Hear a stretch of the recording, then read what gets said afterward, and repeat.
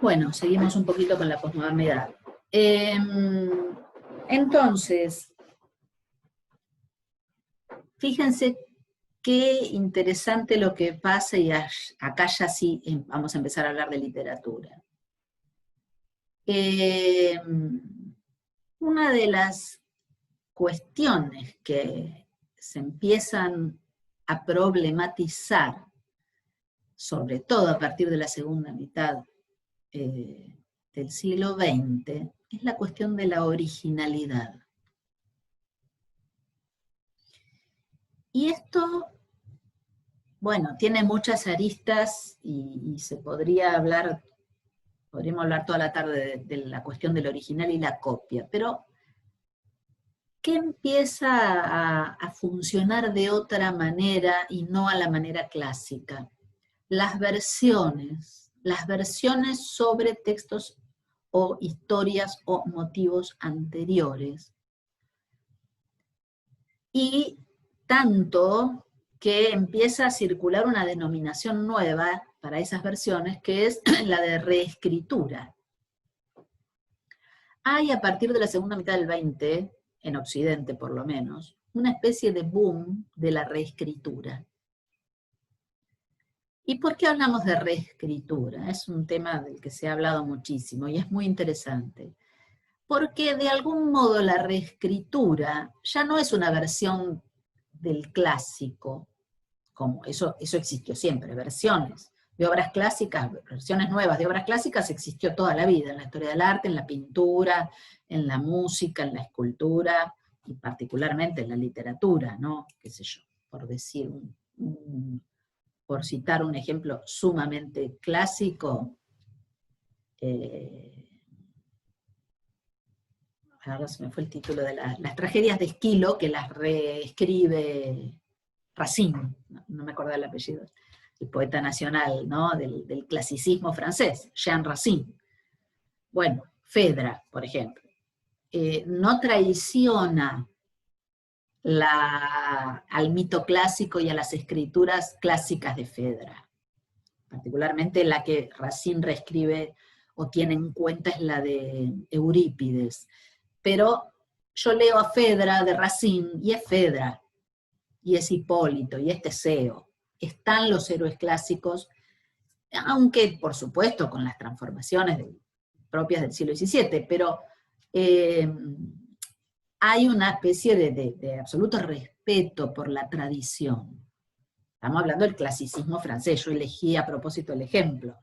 En las reescrituras del siglo XX suele haber una tergiversación o una perversión, en el sentido estricto del término, ¿no? Una perversión, una versión atravesada o desviada del original.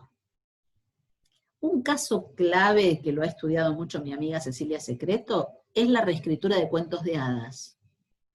Hay una escritora inglesa extraordinaria que se llama Angela Carter, que tiene varios libros de reescritura, pero uno que se llama La Cámara Sangrienta, es un volumen de relatos, donde todos son cuentos de hadas reescritos, pero más que reescritos, totalmente reversionados, reescritos, pervirtiendo su intención original o algunos de los presupuestos epistemológicos que sostenían al cuento de hadas, ¿no? Básicamente, podríamos decir, Cecilia Secreto los estudia justamente las reescrituras de cuentos de hadas en el marco del movimiento feminista, del pensamiento feminista, como esas reescrituras dan vuelta los postulados patriarcales que sostenían al cuento de hadas, ¿no? Bueno, este es un ejemplo. Pero hay muchos otros. Dice Sabrina, hemos leído a Carter con Cecilia en la cursada de literatura infantil y juvenil. Ah, de bibliotecología, porque ella hizo una, sí, estaba al tanto. Bueno, fíjate que sabrás más vos entonces que yo del tema, pero es muy interesante pensar, y también hay otras reescrituras de cuento de hadas en el sistema argentino, por ejemplo, a ver si me voy a acordar del título, el libro se llama Simetrías, Luisa Valenzuela. Simetrías que yo creo que a propósito es el título, ¿no?, del libro, de Luisa Valenzuela, una escritora argentina muy interesante, también hace una reescritura de Cuento de Hadas. Así, ¿no?, con un poco en la línea de Angela Carter. También esta escritora argentina, hoy estoy mal con los nombres, bueno, ya me voy a acordar, tiene reescrituras de Cuento de Hadas. Y bueno, no casualmente estoy hablando de escritoras mujeres, no casualmente estoy citando escritoras mujeres. Un poco porque la mujer tal vez sea nuestra generación destinataria del cuento de hadas más que el varón, pero además porque me parece que la mujer, la intelectual, la escritora, tiene un propósito ideológico, ¿no?, de hacerle decir al cuento de hadas lo que no decía. Bueno, caso, reescritura, y vamos a Oster, así no se me va el segundo bloque de Zoom sin hablar de la novela. Ya que ustedes la han leído, tengo la suerte de tener interlocutores que leyeron la novela, ¿por qué lo pongo en conexión, el texto de Oster, con la reescritura? Que es un caso distinto a los que cité antes del cuento de hadas, ¿no?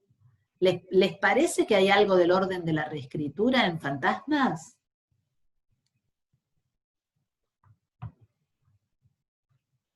¿Qué estaría reescribiendo Oster? No sé si se lo preguntaron.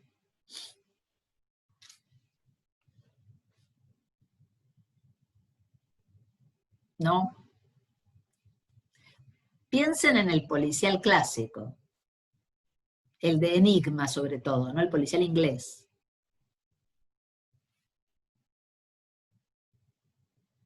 ¿Han leído policiales clásicos al estilo Conan Doyle? No solo Conan Doyle, ¿no? Incluso la podríamos traer a Agatha Christie, que es otra cosa, pero... ¿Qué pasa en este? Porque podemos decir que es una novela policial, Fantasmas. ¿Qué dirían ustedes? ¿Qué dirían ustedes como lectores de la novela, ya que la han leído? Sí, pareciera que tuviera algo de policial, pero es como que lo que no se sabe es el crimen, cuál fue. Muy bien. Muy bien. Entonces, tenemos un policial sin enigma. En todo caso, hay un enigma, pero está como trasladado. Bueno, esto lo digo yo, no sé si es mi lectura. Ojo, acá es, digamos, la literatura inmediatamente horizontaliza. Yo acá soy una más, soy una lectora más. Cuando empezamos a hablar del texto literario, ya no hay un foco del saber. Eso es lo que tiene de maravilloso el arte. Horizontaliza. Hay un saber del texto en todo caso. A mí me parece, Ezequiel dice algo importante. En la novela tradicional hay un enigma. ¿Y qué pasa en el transcurso de la novela tradicional? Bueno, el detective o el personaje intenta llegar a cómo se fueron dando los hechos y cuáles fueron los actores, digamos, que intervinieron, culpables, por decirlo de alguna forma. Exacto. A ver qué dice Melissa. El detective busca la respuesta, sí. ¿Y la encuentra? Sí. Es una ley del género.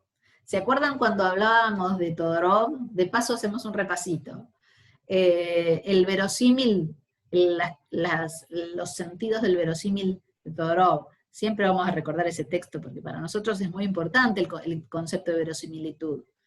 Él dice, bueno, tercer sentido de lo verosímil, sinónimo de género.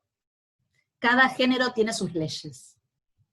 Bueno, esto que empieza, por supuesto, a tornarse vidrioso conforme avanza el siglo XX, Todorov lo sabe, por cierto, por eso agrega el cuarto sentido, Es cierto, por un lado, ¿se empieza a complicar el panorama de los géneros literarios? Sí. Pero hay algo de cierto, hay géneros que tienen sus propias leyes. Bueno, el policial clásico es un ejemplo paradigmático de leyes del género. ¿Cuáles son las leyes del género policial clásico? Tenemos un enigma. Al principio de la novela, el lector y el detective comparten el signo de interrogación. ¿Quién mató al asesinado? ¿Quién robó? ¿Quién es el autor del crimen? A lo largo de la novela, nosotros, en el clásico, digo, el policial clásico, el lector acompaña esa inteligencia privilegiada del detective que con el método hipotético deductivo propio de la ciencia, va leyendo las pistas, es un lector atento y es un lector inteligente de las pistas que deja el criminal y llega a la resolución, devela el enigma, al final se devela el enigma. Es una ley de oro del género policial clásico. El enigma, el detective con su inteligencia privilegiada y su método racional deductivo, llega a la resolución del enigma y al final nos explica el caso. También el Dupin de Poe, ¿no?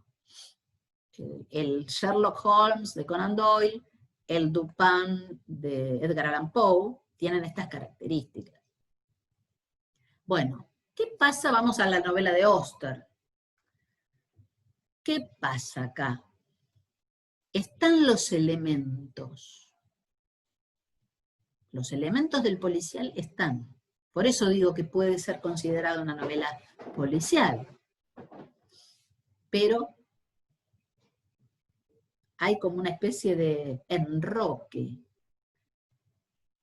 El enigma, sí, hay un enigma, porque no sabemos quién es el otro. Pero también es muy enigmática la figura del detective. Digamos, el enigma está como desplazado, como contaminándolo todo. Y hay un detective, pero ese detective tiene enfrente, literalmente enfrente, una figura que de algún modo es especular, pero al mismo tiempo es un especular negativo, es una especie de especular nihilista, no es idéntico así, es como su contracara. Y el enigma participa, está como de los dos lados de las dos ventanas. Esto lo digo yo, ustedes pueden haber leído otra cosa. Pero no está clara la pesquisa. Está la pesquisa. Pero la pesquisa, además, digamos, deriva en formas de lo más atípicas. Tiene que ver con un libro de Thoreau, tiene que ver con las lecturas de Negro y las lecturas del protagonista. No sé, a ver, me gustaría escucharlos un poco ustedes, porque si no voy a terminar diciendo yo mi lectura de la novela como una maestrita ciruela. ¿Cómo la leyeron ustedes? A ver, todos estos avatares de los personajes.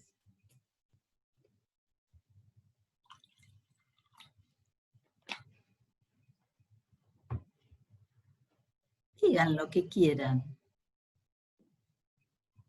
Profe, a mí lo que me pasó cuando lo leía es que me parecía que el personaje como que estaba implicado de alguna forma, personalmente, o iba en el desenlace a que, bueno, al final pasa algo así, pero como que estaba siendo engañado, ¿no? Todo el tiempo. Y como que yo que, volviendo para atrás, lo que usted decía del verosímil, que en un policial clásico se nos van surgiendo sospechosos que al final no son el culpable. En este caso pareciera como incluso al revés, que el personaje detective va sospechando cosas que al final sabemos que no van a ser parte del enigma. Sí, tenés razón. Es inverso el recorrido del lector. Inverso respecto al clásico, sí, estoy de acuerdo. Una pregunta simple. Está bueno, dale. Está bueno que juegue con el tema de los colores y los nombres, como que nunca son nombres propios, son colores, y bueno, y después juega con eso en el sentido de, no sé, que él lo asocia a otras cosas, pero no le llama la atención que, no sé, que la gente se llame como colores, no sé, es algo raro. Que yo lo veo como algo que tiene que ver por ahí con eso de la posmodernidad, que rompe por ahí con ciertas normas o ciertas reglas, que es la de nombrar, ¿no?, a los personajes, ¿puede ser? Tengo una hipótesis, pero es nada más que una hipótesis. Creo que con el tema de los colores, que además en inglés son apellidos. Claro, Porque a sí, nosotros exacto. castaño nos suena raro, pero el personaje se llama Brown, que es un apellido. Sí. Lo mismo White. Bueno, para nosotros blanco también es un apellido, pero en inglés White es un apellido muy, muy común. Pero más allá de eso, por supuesto que hay una deliberada nominación de los personajes, que sabes que creo, además de que puedan ser apellidos, muestra, que es propio de la posmodernidad, muestra la factura, o dicho de otra manera, se autoseñala como representación, como si fuera una deconstrucción del verosímil, como si quisiera mostrar, miren, esto es una novela.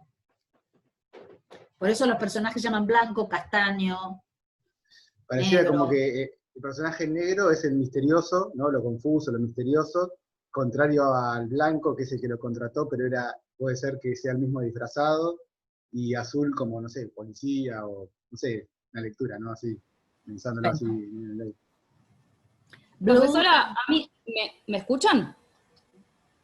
Ahora sí puedo hablar, perdón. A mí me pasó con el tema de los colores, me pasaron dos cosas. Por un lado, que lo sentí como una despersonalización, como que podían ser cualquiera, no sé, como que lo sentí por ese lado. Y también me hizo pensar en una película que creo que es Perros de la Calle, de Tarantino, donde pasa lo mismo, que, bueno, es un descontrol la película porque todo el mundo, no voy a decir cómo termina, pero es bastante violenta, pero lo que sucede es que hay personas que tienen como, están encargados de una muerte o de varias, ahora no recuerdo, pero no tienen que saber entre ellos quiénes son. Entonces, para no saber quiénes son, utilizan los colores y se llaman a través de distintos colores. Me hizo pensar en eso porque también es como esconder un poco la identidad real, entre comillas. Eso fue lo que me sucedió con el tema de los colores. bueno, yo creo que tu referencia a Tarantino es muy oportuna y después voy a decir por qué voy a hablar de otra película de Tarantino.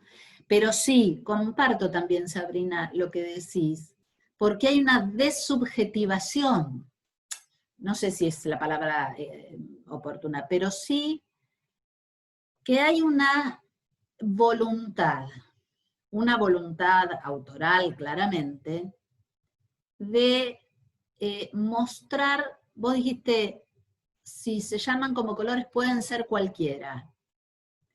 Es como la contrapartida del sujeto fuerte del siglo XIX, del sujeto fuerte, tanto del criminal como del detective, porque en esa especie de lucha polar que se da en el policial clásico entre el detective y el criminal, hay identidades fuertes y perfectamente definidas. El detective con sus características, con su rol preponderante, y el criminal, absolutamente necesario para establecer la polaridad y la tensión propia del policial. Siempre gana uno y pierde el otro, ¿no? Se invierte, digamos, primero el que protagonizó la acción que da comienzo al desarrollo narrativo es el criminal, pero termina siendo capturado, generalmente capturado. Acá, en la novela de Oster, las identidades están mal determinadas. Deleuze habla de identidades mal determinadas en la narrativa del siglo XX. ¿Por qué digo mal determinadas? Porque entre azul y negro uno no sabe quién investiga a quién, y no está muy claro el papel que desempeña cada uno. Uno se pregunta, azul, ¿es el detective? ¿Qué tiene de detective? Además de que lo contrataron y de que tiene un pasado detectivesco. Se va diluyendo la subjetividad. Uno se pregunta, ¿por qué la abandonó así a la mujer? ¿Por qué no la llamó y le dijo, mirá, estoy trabajando? Uno se hace esas preguntas un poco tontas, pero que tienen que ver con el verosímil que uno trae. El verosímil que el lector de novela policial trae de otras lecturas, ¿no? Entonces, ¿qué pasa con este personaje? Se va diluyendo. Y por eso es oportuno tu comentario respecto de los colores. Azul y negro podrían llamarse negro y azul, podrían invertir sus identidades. En realidad no están claramente determinadas, o están mal determinadas. En el mismo sentido, se desdibuja la historia. Digo, la historia, no porque no haya historia, es una historia apasionante, uno se le devora la novela, pero no hay una historia lineal, ni mucho menos ascendente. La historia está como entorpecida. Primero, por un desarrollo que no desarrolla nada, o sea, no es un desarrollo, es una especie de deriva. Hay una diferencia entre desarrollo, que tiene que ver con una impronta causal, con una determinación causal y final. La novela clásica, la novela del policial clásico, se desarrolla según un perfecto esquema de causas y consecuencias, y tiene un desarrollo que tiende hacia un final exitoso, ¿no? El detective encuentra al culpable. Acá la trama se desdibuja y se entorpece, es una deriva más que un desarrollo, no está articulada según un esquema de causalidad. Todas las relaciones lógicas parecen estar puestas en duda, y hay otro nivel de entorpecimiento de la trama, que son las historias paralelas. Si ustedes piensan, tanto en la novela policial como en la novela realista, de la que hablamos hace pocas clases, la novela realista es unitaria, tiene lo que Aristóteles llama unidad de acción. Acá no hay unidad de acción. La trama está entorpecida por historias particulares, algunas de lo más interesantes, como ese personaje que se va de la casa y la recordarán, es una historia como, diríamos, parasitaria, ¿no? Una historia que no tiene que ver con la historia de Azul o no tiene mucho que ver con la historia de la pesquisa de Azul, que es ese personaje que se va de la casa, nunca más vuelve y vive toda la vida a la vuelta. ¿Se acuerdan? O la historia del alpinista que encuentra sepultado a su padre y se ve como en un espejo. Esa historia es fascinante. Y otras que hay por ahí dando vueltas, ¿no? Entonces ahí también hay una puesta en duda del valor de la historia unitaria. Una historia puede ir derivando en especie de callejones o callecitas, que de algún modo diluyen, ¿no? Ese sistema perfectamente condensado y consistente que es la trama de la novela realista, o la trama perfectamente causal de la novela policial. Acá la causalidad falla entre comillas, falla el verosímil, falla la causalidad, falla la finalidad, falla la identidad. El criterio de identidad como unidad de carácter, como lo concibe Aristóteles. Vuelvo a Aristóteles porque Aristóteles, más allá de estar muy lejos en el tiempo, dominó toda la construcción narrativa clásica y moderna. El concepto de carácter, el concepto de unidad de acción. Esos dos criterios de la narrativa clásica y moderna se diluyen.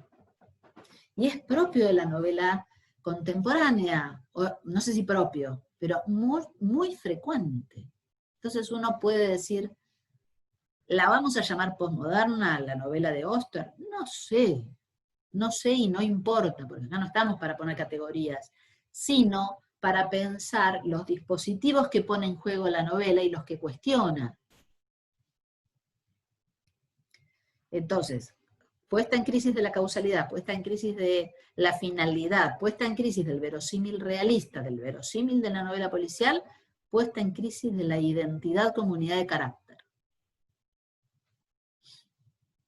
Es mucho para una sola novela. Y hay mucha narrativa de este tipo, que es lo que, bueno, ha dado lugar a la categoría crítica de literatura posmoderna. Perfectamente cuestionable y discutible. Yo no me caso con ninguna categoría. Creo que,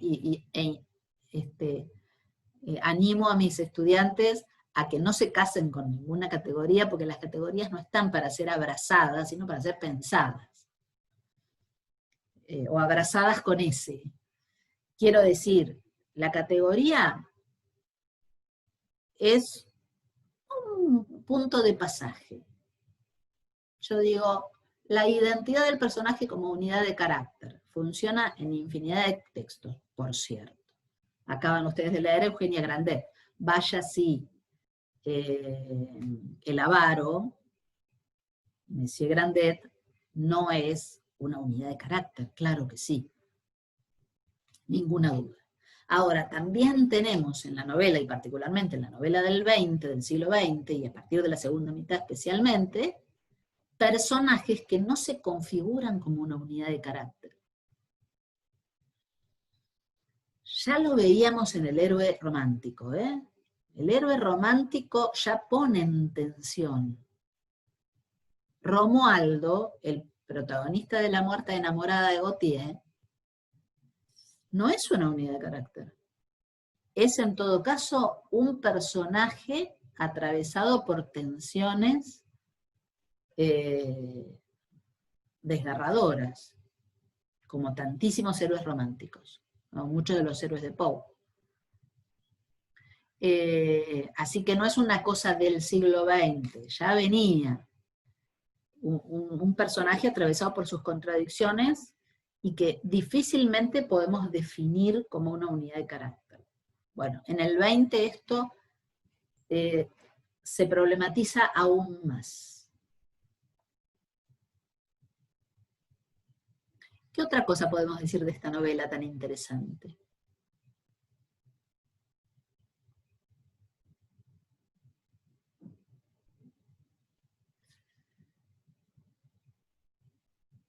Una de las cosas muy, muy características de la literatura posmoderna es la referencia a otros textos, que acá está, ¿no? En la novela de Auster, bueno. Hay otra de las de la trilogía. Yo les subí al aula virtual el PDF de la trilogía, de las 3 novelas. Son extraordinarias las otras 2 también. Si leen Ciudad de Cristal, que es la primera, van a ver el tratamiento que hace del Quijote. Es interesantísimo, cómo el narrador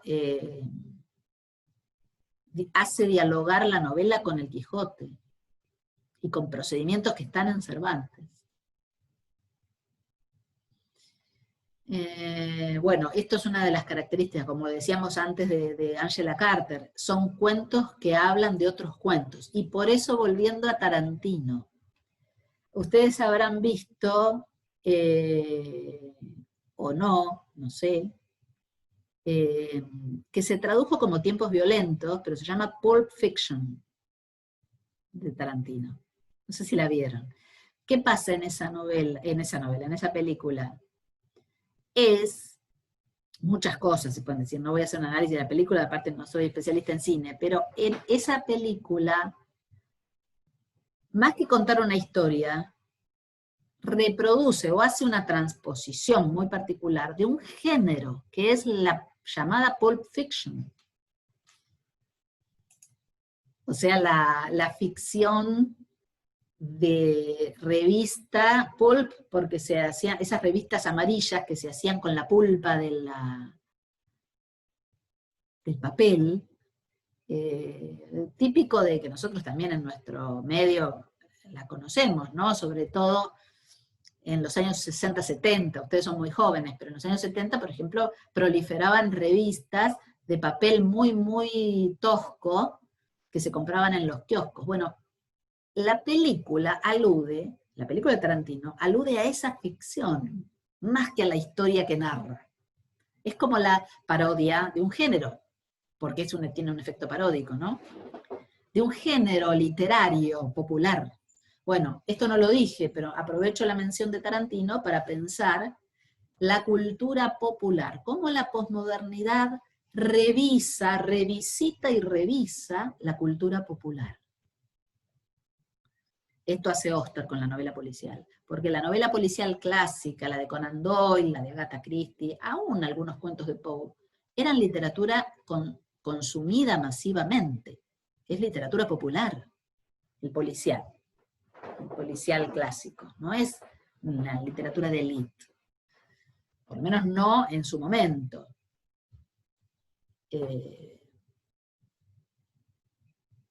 Así que hay una visitación interesante y una reformulación interesante de la cultura popular, que es, digamos, consumida y al mismo tiempo revalorizada. Algo interesante es lo que hace en el sistema argentino Puig, por ejemplo.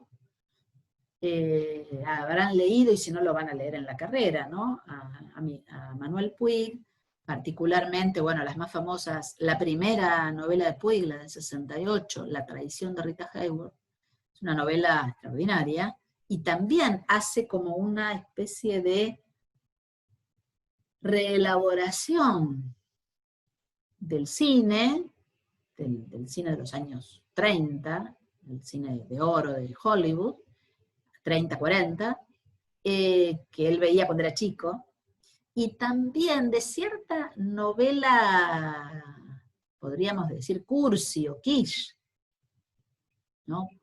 Es muy interesante pensar el quiche desde la posmodernidad, como una visita de los géneros populares, pero revalorizada y de algún modo reelaborada. ¿Ibas a decir algo, Ezequiel? ¿No? Se me ocurría que por ahí, justo con lo que estabas diciendo, que el personaje azul no tiene ningún as bajo la manga. Yo siempre me esperaba que haga algo, que descubra algo, que, no sé, alguna genialidad detectivesca, y no, todo lo que hace en realidad no es muy conducente, ni siquiera cuando se disfraza y se relaciona con negro. Eso me acordaba con lo que decías. Exacto, esta figura del detective como inteligente, sagaz, astuto, privilegiado desde el punto de vista intelectual, está totalmente caída en la novela, vaciada, te diría, el detective está pero vaciado del contenido que tenía en el policial clásico, como la identidad. También es interesante el que se presenta en un primer momento como el investigado, que podríamos pensar en un primer momento de la novela que es el culpable de algún crimen, aparece como un intelectual, un hombre que lee y escribe. Eso también es bastante significativo, ¿no? Como las identidades clásicas del policial están vaciadas, pero vaciadas.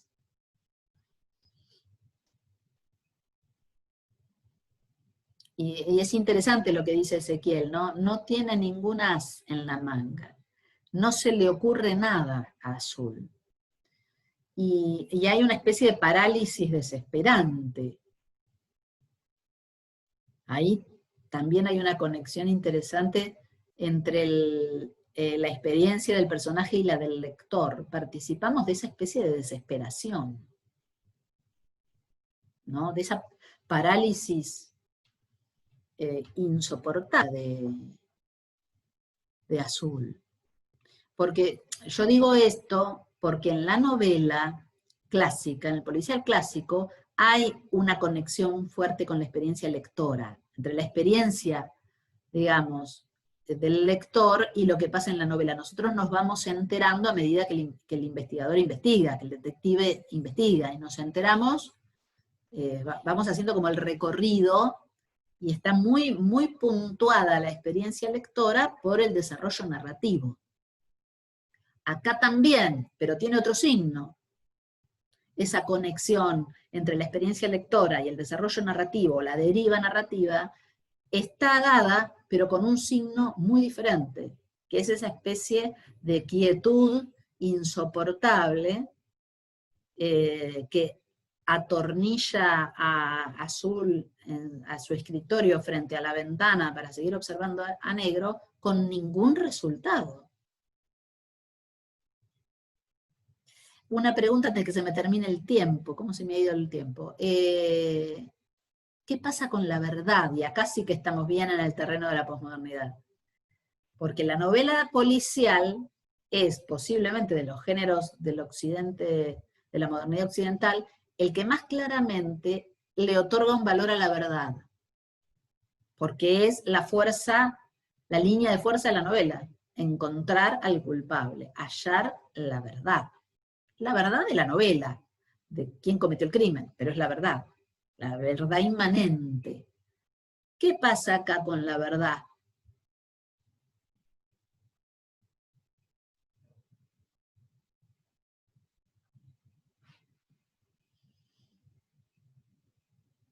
Incluso después del final. ¿Brilla la verdad al final en el desenlace de la novela?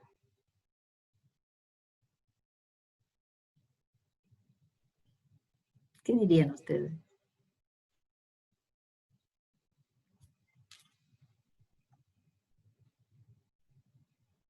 Si entiendo más o menos a qué apuntás, pareciera como que en realidad no se sabe si el que es investigado es culpable de algo, o si es al revés, si Azul está siendo investigado, en ese sentido, por ejemplo. Claro. ¿Y a dónde lleva la pesquisa? Claro, a nada en realidad, porque en realidad no sabemos qué descubre cuando agarra el libro al final y lee lo que estaría escribiendo Negro, ¿no?